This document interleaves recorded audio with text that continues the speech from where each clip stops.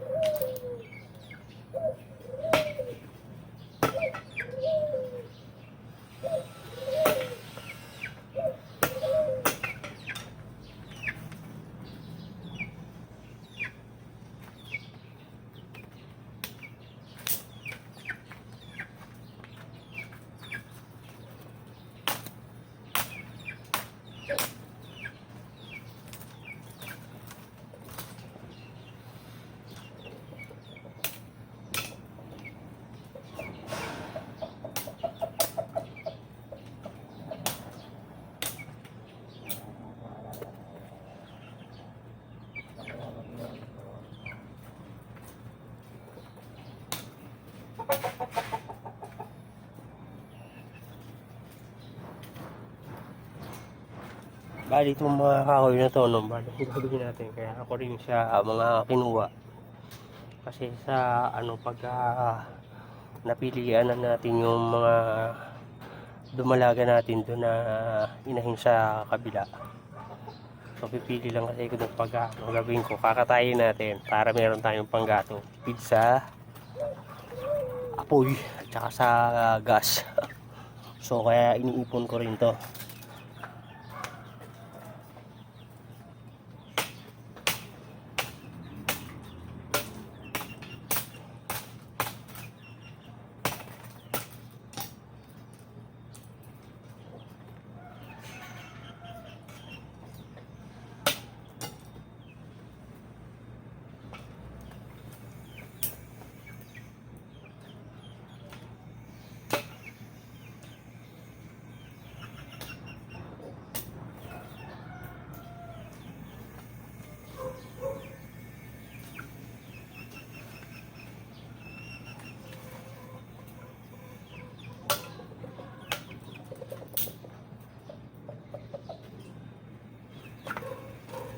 Tsaka kasi guys, sa mga hindi nakakaalam, lalo na yung mga pala ngayon, yung mas bata-bata sa atin na hindi sanay magluto sa kahoy,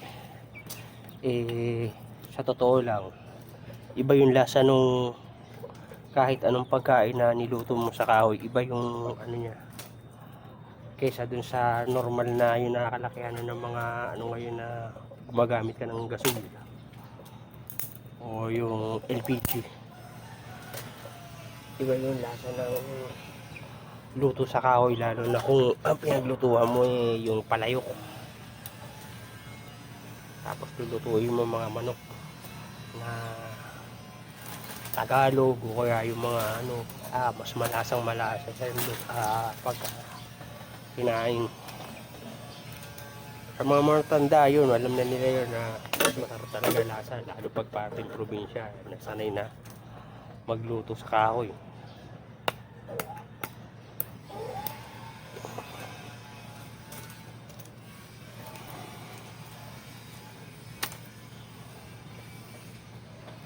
Ito kasi plano lilipat ko na to mga para gusto ko kasi yung pag baka kulungin lang natin ng lambat, gagawin natin doon yung mas mapino na makapal. Bibili ko na, makatry kong makabili sa may Kalamba yung lambat na makakapal kasi na-order ko sa shop na yun, manipis tsaka malalaki yung butas, kaya doon sa ginawa natin na kulungan na yun, nakadoble doon yung lumang lambat namin. Ano na rito kaso medyo gap ko na rin dahil matagal na. Kaya dinoble ko na lang yung binili ko sa Shopee. So pagka ayun ang nilagay ko, hindi uubra. Kaya pag tatry natin baka bili dun sa may kalamba ng ng lambat para dito sa ating mga alagang ibon, kasi mas gusto ko yung although kung hindi ko man sila kumbaga hindi man sila nakakawala na sa open, nakakalipad sila dun sa loob, yun ang maganda. Kaya gusto ko na kahit lambat sila nakakulong, gagawa tayo nun. So ayun, kung nakakita nyo medyo nakakadami-dami na rin tayo ng ayan. Tapos ayun, may nakabunto na ako dun sa may unahan doon.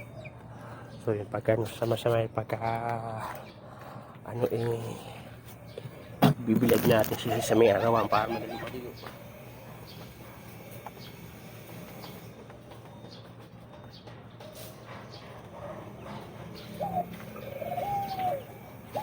So ayun guys, so hanggang dito na lang muna. So ayun, naririnig nyo ba sa background?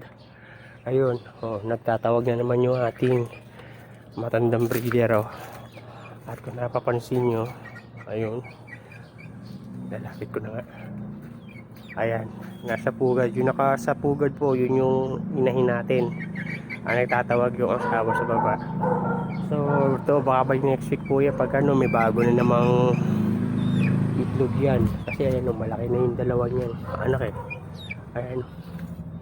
Kita nyo, yung white na tsaka yung dirty white. Ayan. Yung naman sinundan nila na 4. Ayan, malalaki na rin. Kaya nga ina-out na rin natin yan. Tapos ayun, naglilimlim pa yun doon. Ewan kung kailan mapipisa. Hindi na rin sinisilip, pinabayaan ko na lang. So ayun guys. So maraming salamat sa panonood. At medyo marami pa to. Ano natin na to. Sisibakin ko na sanga ng bayabas. So hanggang dito na lang po. Maraming salamat sa panonood. Thank you for watching. God bless.